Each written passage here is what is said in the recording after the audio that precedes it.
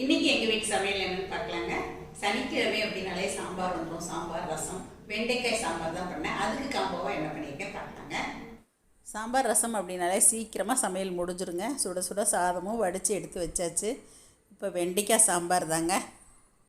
எங்களோட சரஸ்வஸ் food product sambar தூள் போட்ட கமகமா சாம்பார், கூடவே பருப்பு ரசம், உருளைக்கிழங்கு வறுவல், வாழைப்பூ பொரியலுங்க. வாழைப்பூ பொரியலுக்கு மஞ்சத்தூள் போடாமல் விட்டுட்டேன், இருந்தாலும் ஆனால் நல்லா தான் இருந்துச்சு. கலர் மாறவே இல்லை. அப்புறம் 11 மணிக்கெலாம் சமையல் முடிச்சிட்டதால் இடையில சாப்பிட்றதுக்காக ஃப்ரூட் சாலட் எங்கள் பொண்ணு ரெடி பண்ணாங்க. எங்கள் பொண்ணுலாம் வந்து ஃபாஸ்டிங் அப்படிங்கிறதால இடையில எனக்கும் இந்த மாதிரி ரெடி பண்ணி கொடுத்தாங்க. 10:30க்கெல்லாம் சமையல் முடிச்சாச்சுங்க. அப்புறம் கொஞ்சம் கல்கண்டு சாதம் பண்ணேன். ஆஃபீஸில் எல்லாருக்குமா சேர்த்து தான் பண்ணினேங்க.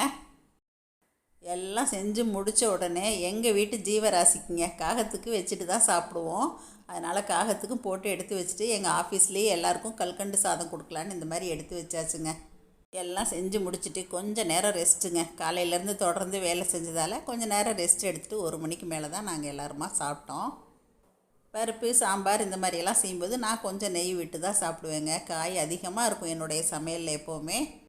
தயிர் முடிஞ்சால் சாப்பிடுவாங்க, இல்லைன்னா மோர் அடிச்சுட்டு கடைசியாக 1 டம்ளர் குடிச்சுப்பேன். இந்த மாதிரி தான் எங்கள் வீட்டு சனிக்கிழமை சமையலுங்க. நீங்கள் என்னெல்லாம் பண்ணீங்க கமெண்ட்டில் சொல்லுங்கள்.